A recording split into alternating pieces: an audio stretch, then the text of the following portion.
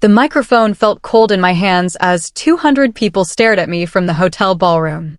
My cousin Brent's engagement party had gone silent.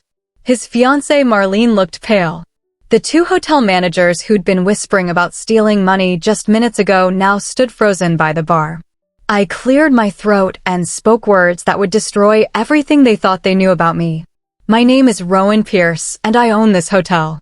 Rowan Pierce is 32 years old, the family member everyone forgot existed. After her parents' ugly divorce 12 years ago, she became invisible. The girl who worked nights, stayed quiet, and never asked for help. Tonight, she was about to remind them exactly who they'd been underestimating all along. The woman in the red dress, Marlene, my cousin's bride-to-be, laughed nervously. That's impossible. Rowan works at some diner or something. Her voice cracked. Behind her, Knox and Vera, my senior managers, exchanged worried glances. They'd been so busy planning to steal from Brent's trust fund, they never bothered learning who signed their paychecks. Actually, I said, my voice steady, I sign your paychecks. Both of you. Knox's face went white. Vera dropped her champagne glass. The crystal shattered on the marble floor, and suddenly everyone was paying attention. Have you ever watched someone's whole world crumble in real time? That's what I was witnessing. My Aunt Linda, who'd called me a disappointment for years, stood with her mouth hanging open. Uncle Ray, who'd told people I'd never amount to anything, looked like he'd seen a ghost. My cousin Brent just stared, trying to process what he was hearing. This is ridiculous, Marlene said, her voice getting higher. You're lying.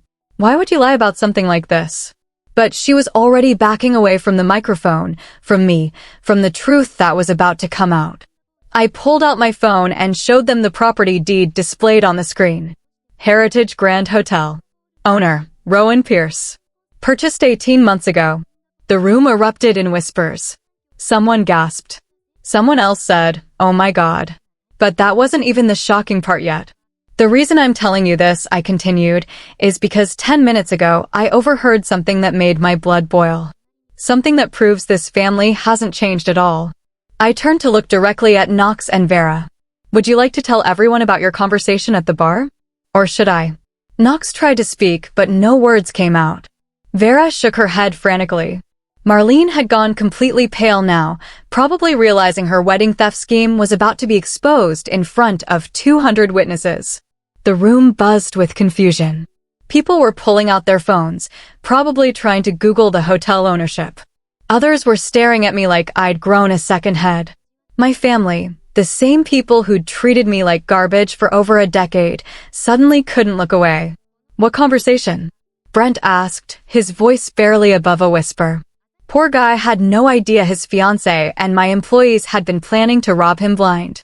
I smiled, but it wasn't a happy smile.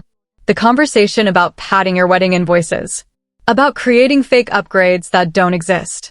About draining your trust fund through fraudulent charges while you're too in love to notice. The silence that followed was deafening. You could hear people breathing. Someone's phone buzzed and it sounded like a gunshot. Marlene looked like she might faint. That's not true, she whispered, but even she didn't sound convinced anymore. Knox finally found his voice. Ms. Pierce, we can explain. No, I cut him off. You can't explain. Because I heard every word. The specific amounts. The fake vendor names. The timeline. All of it. I looked back at the crowd of family members who'd spent years making me feel worthless. This is what greed does. It makes people careless. It makes them think nobody important is listening. My cousin Brent looked devastated. The man I'd grown up with, who'd never defended me but had never been cruel either, was discovering his future wife was planning to steal from him on their wedding day. The woman he loved was working with hotel staff to commit fraud. And I, the family failure, was the one exposing it all. How much? Brent asked quietly. How much were you planning to steal? Marlene started crying, but they weren't real tears. They were panic tears. Survival tears. Brent, baby, listen to me. This is all a misunderstanding. She's lying because she's jealous. $200,000, I said. That was the number you threw around. $200,000 in fake charges over 6 months. You figured he'd never notice because rich boys don't check receipts. The room exploded. People started talking all at once. Someone yelled, "Call the police." Someone else said, "I can't believe this." Aunt Linda was crying real tears now, probably realizing her golden boy was about to lose everything. But here's the thing nobody saw coming. Here's the twist that would change everything. As I stood there watching my family's shock and Marlene's desperation and my employees' terror, I realized something that surprised even me. I wasn't done. Not even close. Because what I'd overheard at the bar wasn't just about stealing money. It was about something much worse. Something that connected to why I'd really disappeared from this family 12 years ago. Something that would make tonight's revelations look like child's play. I looked out at all those faces, some shocked, some guilty, some confused, and I made a decision that would either destroy me or set me free forever. Before I call security to have Knox and Vera arrested, I said slowly, "There's something else you all need to know. Something about why I really left this family. Something about what you all did to me the night my mother went to the nursing home." The room went dead silent again. Even the servers stopped moving. Because everyone in this family knew that night had been ugly. But nobody knew the whole truth. Nobody knew what I'd seen. What I'd heard. What I'd been carrying alone for 12 years. Until now. That night 12 years ago started like any other family meeting. Except it wasn't about planning a birthday party or organizing a reunion. It was about deciding what to do with my mother, who'd been diagnosed with early-onset dementia at 58. I was 19, a sophomore at community college, working part-time at a bookstore to pay for classes my parents couldn't afford after their brutal divorce. The meeting was at Uncle Ray's house. Everyone was there, aunts, uncles, older cousins. Everyone except my dad, who'd moved to Oregon with his new girlfriend and hadn't called in 6 months. I sat in the corner, trying to stay invisible while the adults talked about my mother like she was a problem to solve instead of a person to love. "The facility costs $3,000 a month," Aunt Linda announced, reading from a brochure. "Good news is, it's one of the better places in the state. Bad news is, none of us can afford it long term." She looked around the room like she was waiting for someone to volunteer their life savings. That's when Uncle Ray spoke up. "Actually, there is one option we haven't discussed." His eyes landed on me. My stomach dropped before he even opened his mouth again. "Rowan has that college fund. $22,000. Her grandmother left it specifically for her education, but this is an emergency. Have you ever felt a room full of adults turn to look at you like you're the solution to all their problems? It's not a good feeling, especially when you know what they're about to ask you to give up." "I need that money for school," I said quietly. My voice sounded small in that big living room. "It's the only way I can finish my degree." "Your mother needs care more than you need college," Aunt Linda shot back. "You can always go back to school later. Your mother only has one chance at proper treatment." The worst part wasn't that they asked. The worst part was how they asked. Like it was obvious. Like my future didn't matter compared to their immediate problem. Like I was selfish for even hesitating. "She's 19, my cousin Monica said. She doesn't need a college degree right now. She needs to step up for family." Monica was 26 then, married to a lawyer, living in a house that cost more than my mother's medical bills. But somehow I was the one who needed to sacrifice. "It's not fair," I whispered, but nobody was listening anymore. They were already making plans about how to transfer the money, how to set up the payments, how to handle the paperwork. My grandmother's gift to me, her way of making sure I could build a better life, was about to disappear. But that wasn't the worst part of that night. The worst part came later, after I'd signed the papers. After I'd watched $22,000 vanish from my account. After everyone had patted me on the back and told me I was doing the right thing. I was in the kitchen, washing dishes and trying not to cry, when I heard Aunt Linda and Uncle Ray talking in the next room. "Think she'll ever find out?" Uncle Ray asked. "Find out what?" Aunt Linda's voice was muffled, but I could still hear her clearly. "That we each put in $5,000. That we could have covered the whole thing without touching her college money." My hands stopped moving. The plate I was holding slipped back into the soapy water. "Of course not," Aunt Linda laughed. "Why would we tell her that? This way we save $10,000 and she learns something about family responsibility. Win-win." I stood there in that kitchen, 19 years old and heartbroken, listening to my own family celebrate how they'd tricked me out of my future. They had the money. They'd always had the money. But it was easier to take mine. That night, I made a decision that would define the next 12 years of my life. I wasn't going to be their victim anymore. I wasn't going to be the family member they turned to when they needed someone to sacrifice. I was going to disappear, build something they couldn't touch, and never trust any of them again. What they didn't know is that my grandmother had been smart. The college fund wasn't the only thing she'd left me. Hidden in her jewelry box, wrapped in tissue paper and forgotten by everyone else, was a savings account number and a key to a safety deposit box. Inside that box was $15,000 in cash and a letter that said, "For when they disappoint you, sweetheart." And they will. Grandma Rose had known her own family better than I did. I left that night and never came back. I used Grandma's hidden money to survive while I worked 3 jobs. I slept in my car more nights than I care to remember. I ate ramen noodles for breakfast, lunch, and dinner. But I was free from their manipulation, free from their greed, free from being their emergency fund. The years that followed were hard. Really hard. I worked night shifts at hotels because they paid better and nobody bothered you. I learned about business by watching owners make mistakes. I saved every penny, lived like a monk, and slowly built something nobody could take away from me. When I met Clarence Henderson, the owner of Heritage Grand Hotel, I was 27 and working the overnight desk. He was 78, recently widowed, and spending most nights in the lobby because his house felt too empty. We talked about everything: business, family, dreams, disappointments. He became the grandfather I'd never had. Clarence had built his hotel from nothing. He understood what it meant to be underestimated, to work harder than everyone else, to succeed despite people betting against you. When he got sick 2 years ago, I took care of him. Not because I wanted anything, but because he was the only person who'd ever believed in me. When he died, I inherited everything. The hotel, the business, the financial empire he'd built over 5 decades. Suddenly, I wasn't just surviving anymore. I was successful beyond anything my family could imagine. But success felt empty when you had nobody to share it with. That's why I came to Brent's engagement party tonight. Not to show off or get revenge, but because I missed having family. I missed belonging somewhere. I thought maybe enough time had passed. Maybe people had changed. Maybe I could find a way back in.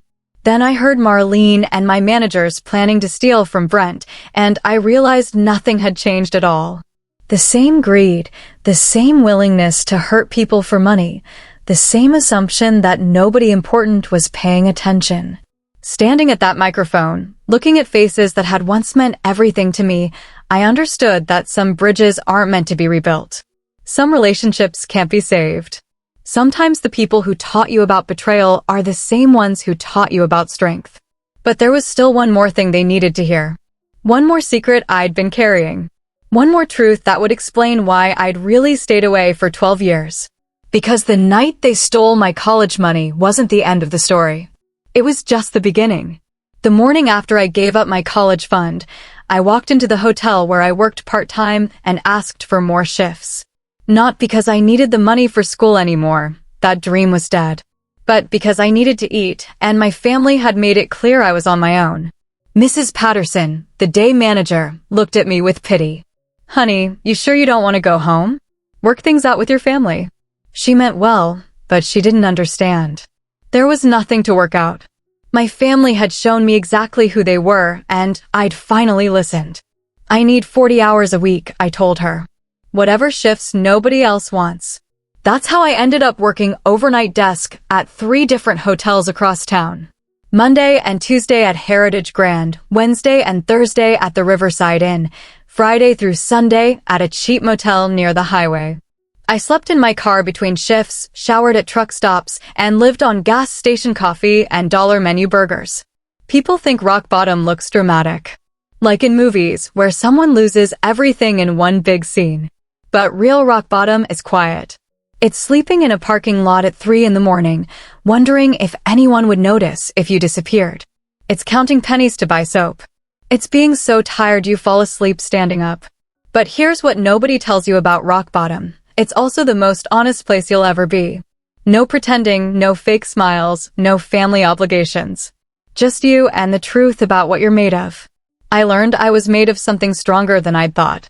After 6 months of living like that, something shifted. The hotel started feeling less like jobs and more like puzzles to solve. I noticed everything: which shifts were busy, which rooms needed repairs, how much food got wasted in the restaurant, why some guests complained while others came back year after year. At Heritage Grand, I started making suggestions. Small ones at first. Maybe we should fix the ice machine on the 3rd floor. The parking lot lights need replacing. Guests keep asking about late checkout. Mrs. Patterson listened, then started asking for my input on bigger things. That's when I met Clarence. He was sitting in the lobby at 2 in the morning, looking lost. Most people would have assumed he was just another insomniac guest, but I recognized sadness when I saw it. I'd been carrying it around for months. Can't sleep either? I asked, walking over with 2 cups of coffee from the front desk pot. He smiled sadly. Haven't slept well since my wife died. 6 months now. House feels too big, too quiet. He accepted the coffee gratefully. What's your excuse? I laughed, but it came out bitter. Family issues. You know how it is. Actually, I don't, he said. My wife and I never had children. Always regretted that. He looked at me carefully. You seem young to be working overnight shifts and talking about family problems like an old woman. That night, we talked until sunrise. Clarence told me about building his hotel from nothing, about meeting his wife when she was a waitress in his restaurant, about working 18-hour days for 20 years to make something last. I told him about my mother, about the college fund, about learning that family didn't always mean what you thought it meant. You know what I see when I look at you? He asked as the sun came up. I see someone who understands that success isn't handed to you. It's built, brick by brick, choice by choice. Most people your age don't get that yet. From that night on, Clarence became my mentor. He taught me about business, about managing people, about the difference between being liked and being respected. More importantly, he taught me that family wasn't just about blood. Sometimes it was about finding people who believed in the person you were becoming, not the person you used to be. Over the next 3 years, I worked my way up from night desk to assistant manager to operations manager. I learned every part of the hotel business: housekeeping, maintenance, food service, accounting, marketing. Clarence insisted I understand it all. You can't lead what you don't understand, he used to say. When I turned 25, he made me general manager. By 27, I was running the entire operation. The staff respected me because I'd worked every job they had. The guests trusted me because I actually cared about their experience. The numbers improved because I knew where every penny went. But Clarence was getting older, sicker. His heart problems got worse each year. He had no family, no children to leave his legacy to. One evening, as we sat in his office going over quarterly reports, he asked me something that changed my life. What would you do differently if this was your hotel? I thought he was just making conversation. I'd expand the conference facilities, add a spa, update the restaurant menu. Maybe buy the property next door for additional parking. He nodded thoughtfully. Good ideas. All of them. Then he opened his desk drawer and pulled out a folder. How about we make that happen? The papers inside made my hands shake. A will. Property deeds. Business documents. All with my name on them. I can't accept this, I whispered. You're not accepting it. You're inheriting it. There's a difference. His eyes were serious now. I've spent 50 years building this place. I need to know it'll survive me, grow beyond me. You understand this business better than anyone I've ever worked with. More importantly, you understand what it means to fight for something. Clarence died 2 months later. Heart attack in his sleep, peaceful and quiet. The funeral was small, just me, a few longtime employees, and some regular guests who'd become friends over the years. No family to mourn him. No children to carry on his name. Just the business he'd built and the people whose lives he'd touched. When the lawyers finished reading the will, I owned everything. A 4-star hotel worth $8 million, plus investments and properties I didn't even know existed. Suddenly, I wasn't just surviving anymore. I was wealthy beyond anything I'd ever imagined. But with great power comes great responsibility, as they say. And I had a choice to make. I could have revealed my success immediately. Called my family, showed up at their houses with expensive cars and designer clothes, proved them all wrong in the most obvious way possible. Part of me wanted that revenge. The 19-year-old girl who'd been manipulated and betrayed wanted to rub their faces in it. But Clarence had taught me something more valuable than revenge. He'd taught me patience. He'd taught me that real power isn't about proving people wrong, it's about building something so solid, so successful, so undeniable that their opinions become irrelevant. So I stayed quiet. I kept working, kept improving the hotel, kept building my empire in the shadows. I hired some family members without them knowing who I was. Knox and Vera got their jobs because they were qualified, not because I wanted to play games with them. I watched from a distance as my cousins got married, had children, built their own lives. And I waited. I waited for the right moment, the right opportunity, the right reason to step back into their world. I thought that moment would be a happy occasion. A wedding, maybe. A reunion where we could all laugh about old times and move forward together. I never imagined the moment would come because I had to stop them from stealing from each other. But as I stood at that microphone, looking at their shocked faces, I realized something that surprised me. I didn't feel angry anymore. I didn't feel hurt or abandoned or desperate for their approval. I felt free. Free to tell the truth, free to protect the people who mattered, free to walk away knowing I'd become exactly who I was meant to be. Not despite my family's betrayal, but because of it. The girl who'd lost her college fund had grown into a woman who owned hotels. The invisible family member had become someone impossible to ignore. The victim had become the one with power to help or hurt. And now it was time to decide which one I was going to choose. I arrived at the Heritage Grand 3 hours before Brent's engagement party, not as a guest, but as the owner checking on final preparations. My staff didn't know I was coming. Why would they?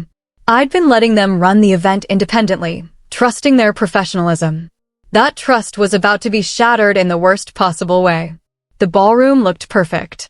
Crystal chandeliers cast warm light over elegant table settings. The bar was fully stocked, flowers arranged just right, everything polished and ready for 200 guests. I felt proud watching my team work. These people didn't know their quiet boss was related to tonight's host, and I preferred it that way. Less complicated. That's when I heard Marlene's voice from behind the bar area. "Knox, are you absolutely sure about the invoicing system?" She was whispering, but voices carry in empty ballrooms. I froze behind a marble pillar, suddenly invisible again. Old habits die hard. Knox, my senior events manager, laughed quietly. "Marlene, I've been doing this for 3 years. Rich boys like your fiancé never check receipts. We pad the wedding expenses, create some phantom upgrades, and split the extra money 3 ways. Easy." My blood turned cold. This wasn't just employee theft, this was targeting my family. My cousin Brent, who'd never been anything but kind to everyone, was about to be robbed by his future wife and my own staff. Vera, my assistant manager, joined the conversation. "How much are we talking about exactly?" Her voice was excited, greedy. These were people I'd trusted, promoted, given raises to. People I'd believed were honest. "Brent's trust fund has 2.3 million, Marlene said casually, like she was discussing the weather. His grandfather left it to him, but he never checks the balance. We quote him 200,000 for wedding extras, upgraded flowers, premium bar, additional security, custom linens, the works. Real cost is maybe 50,000.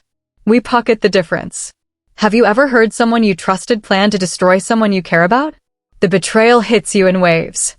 First shock, then anger, then a sick feeling in your stomach that makes you question everything you thought you knew about people. What if he questions the charges?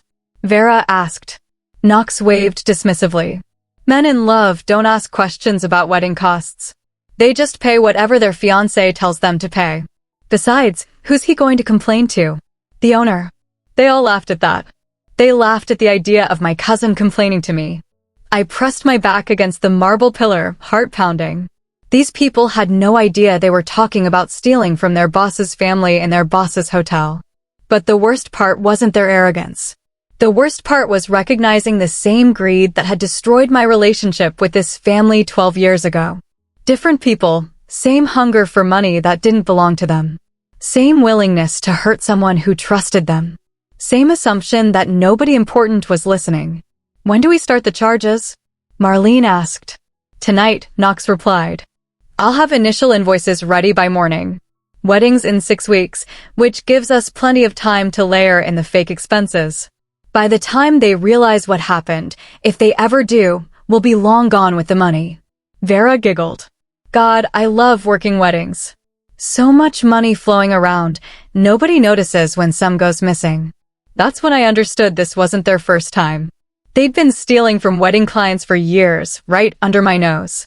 How many couples had they robbed? How many people had trusted my hotel with their special day, only to be cheated by my own employees? I wanted to storm over there immediately, fire them on the spot, protect Brent before this went any further. But something held me back. Maybe it was the memory of being 19 and powerless, watching adults manipulate me while I could do nothing to stop it. Maybe it was wanting to see how far they'd go, how detailed their theft plan was. Or maybe I just wanted to confront them publicly, the way I'd never been able to confront my family when they stole from me. "What about the owner?" Vera asked suddenly. "Think they'll ever figure out what we're doing?" Knox snorted. "Are you kidding? The owner is some mysterious investor who never shows up. Probably doesn't even live in the state. As long as the hotel makes money, they don't care how we run daily operations." "Perfect," Marlene said. "A absent owner and a clueless groom. This is going to be easier than I thought." I closed my eyes and took a deep breath. In that moment, I made a decision that would change everything. I wasn't going to handle this quietly. I wasn't going to fire them privately and move on. I was going to expose them the same way they were planning to rob Brent, publicly, completely, with nowhere to hide. Because this wasn't just about protecting my cousin's money. This was about stopping a pattern of behavior that had poisoned my entire life. The assumption that quiet people don't matter. The belief that family loyalty only goes one direction. The idea that some people exist to be taken advantage of while others deserve protection. I was done being quiet. Done being invisible. Done letting people underestimate me while they planned to hurt the people I cared about. I walked back to my office and pulled out the hotel ownership documents, the employee contracts, the financial records that would prove exactly who these people worked for. Then I changed into my best dress and prepared to attend my cousin's engagement party as myself for the first time in 12 years. Not as the family disappointment. Not as the girl who gave up her college money. Not as the invisible relative who worked odd jobs and never settled down. As Rowan Pierce, hotel owner and CEO. The woman who'd built an empire from nothing while they gossiped about her failures. The family member they'd written off, who now signed their paychecks and controlled their futures. The engagement party was already in full swing when I arrived. Family members I hadn't seen in over a decade filled the ballroom, drinks in hand, celebrating Brent and Marlene's upcoming wedding.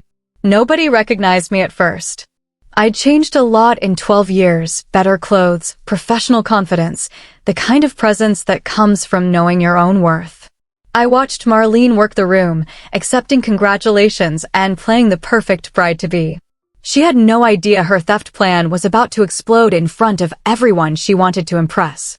I saw Knox and Vera managing the event professionally, probably calculating their future profits as they served champagne to my family. And I saw Brent, genuinely happy, completely trusting, totally unaware that his future wife was planning to rob him blind with help from hotel staff he'd never even met. That's when I knew I had to act. Not just for revenge, not just for justice, but to save a good person from the same kind of betrayal that had nearly destroyed me. I walked to the front of the room, picked up the microphone, and prepared to reveal truths that would shatter everything these people thought they knew about family, loyalty, and power. The girl who'd been silenced 12 years ago was about to find her voice in the most explosive way possible. "Knox and Vera," I said into the microphone, my voice carrying across the silent ballroom, "you're fired. Security will escort you out immediately. Your final paychecks will be mailed minus the money you've stolen from previous wedding clients over the past 3 years." Knox's champagne glass slipped from his hand. The crash echoed through the room like a gunshot. Vera grabbed his arm, both of them staring at me like I'd just spoken in a foreign language. "You can't fire us," Knox stammered. "You don't have the authority." I pulled out my phone and showed the room my employee management app. With 2 quick taps, I terminated their access to all hotel systems. Their keycards, their logins, their company emails, all gone. Actually, I have all the authority. I own this building, your jobs, and the security footage of you planning fraud in my bar area 2 hours ago. The room erupted in confused whispers. My family members were looking between me and the managers, trying to piece together what was happening. Aunt Linda had gone pale. Uncle Ray kept shaking his head like he could make this all disappear. Marlene finally found her voice. "This is insane." "Rowan, what are you talking about?" "There's no scheme. These people are lying about something." $200,000, I interrupted. "That was your target amount. Fake wedding upgrades that don't exist. Phantom vendors billing for services never provided. You thought Brent would never check because rich boys don't question wedding expenses." Brent looked like someone had punched him in the stomach. "Marlene? What is she talking about?" "Baby, listen to me." Marlene's voice cracked as she reached for him. "She's making this up because she's jealous. She's always been jealous of our family's success." "Stop." Brent stepped away from her. "Just stop talking." His voice was quiet, but everyone heard him. "Is it true? Were you planning to steal from me?" The silence stretched forever. Marlene opened her mouth, then closed it. No words came out. That was answer enough. Knox made one last desperate attempt. "Miss Pierce, surely we can discuss this privately. There's been a misunderstanding." "The only misunderstanding," I said, "was thinking you could steal from my family in my hotel without consequences. Security is waiting outside. Leave now or I call the police." They left. Knox and Vera skulked out like the criminals they were, their careers destroyed, their reputations ruined. The heavy ballroom doors closed behind them with a final thud. Now it was just me, my family, and the truth. "Marlene," I said gently, "you should leave too. Brent deserves better than someone who'd steal from him before they're even married." "You can't prove anything," she said desperately. "This is all speculation." I held up my phone again. "I have audio recordings of your entire conversation. Every word. Every plan. Every laugh about how easy it would be to rob him." I looked at Brent. "You want to hear it?" He shook his head slowly. "No. I believe you." He turned to Marlene, and for the first time tonight, he looked like the strong man I remembered from our childhood. "We're done. The engagement is off. Please leave." Marlene tried one more time. "Brent, please. We can work this out. I love you." "No," he said firmly. "You love my money. There's a difference." She left crying. Real tears this time, but not for hurting him. For getting caught. The ballroom felt different now. Quieter. More honest. 200 family members stared at me like they were seeing me for the first time. Maybe they were. "I know you all have questions," I said. "About the hotel, about how I got here, about why I stayed away so long." I looked around the room at faces that had once meant everything to me. The truth is, I learned something 12 years ago that changed everything. I learned that family isn't about blood. It's about who shows up when you need them. Aunt Linda finally spoke up. "Rowan, we had no idea you were doing so well. If we'd known, you'd have treated me differently?" I shook my head. "That's exactly the problem. You only value people based on what they can do for you. When I was 19 and vulnerable, you took my college money. Now that I'm successful, you want to be proud of me. But I'm the same person I always was." Uncle Ray cleared his throat. "We made mistakes back then. We were trying to help your mother. You had the money to help her without taking mine." "I know because I heard you admit it that night." The room went dead silent again. "You lied to me, manipulated me, and celebrated it afterward. Then you acted surprised when I disappeared." I walked over to Brent, who still looked shaken. "Your trust fund is safe now. I'm setting up legal protections to make sure nobody can access it without your explicit approval. Consider it a wedding gift, even though there won't be a wedding." He hugged me then. My cousin, who I hadn't spoken to in 12 years, pulled me into a tight embrace. "Thank you," he whispered. "I'm sorry about everything. About how we treated you. about not defending you, about letting you disappear. That hug broke something open in my chest. Not anger or resentment, but something softer. Something like forgiveness. I need to go, I said, stepping back. But Brent? You're always welcome at the hotel. Family rate. I walked toward the exit, past faces that watched me with new respect, new understanding, maybe even new regret. At the door, I turned back one last time. For anyone who's wondering, I didn't do this for revenge. I did it to protect someone who couldn't protect themselves. That's what family should actually mean. I left my own hotel and drove across town to Golden Years Care Facility. My mother was in her room, watching old game shows she couldn't really follow anymore. But when I sat down beside her, she smiled like she recognized something familiar. "Hi, Mom," I said, taking her hand. "I had an interesting day." She squeezed my fingers gently. Maybe she understood, maybe she didn't. But for the first time in 12 years, I felt peace sitting with her. I'd become the person she'd raised me to be, not someone who takes advantage of others, but someone who stands up for people who can't stand up for themselves. I'd learned that real power isn't about having more money or owning more things. It's about using whatever strength you have to protect the people who matter. It's about choosing kindness over revenge, even when revenge would feel really good. Most importantly, I'd learned that you don't need anyone's approval to know your own worth. Sometimes the people who underestimate you do you the biggest favor of all. They force you to prove to yourself just how strong you really are.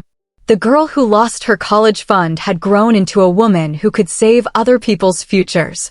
The invisible family member had found her voice. The victim had become the protector. And that felt better than any revenge ever could. Subscribe if you believe everyone deserves someone who will stand up for them when they can't stand up for themselves. What would you have done in Rowan's position? Let me know in the comments below.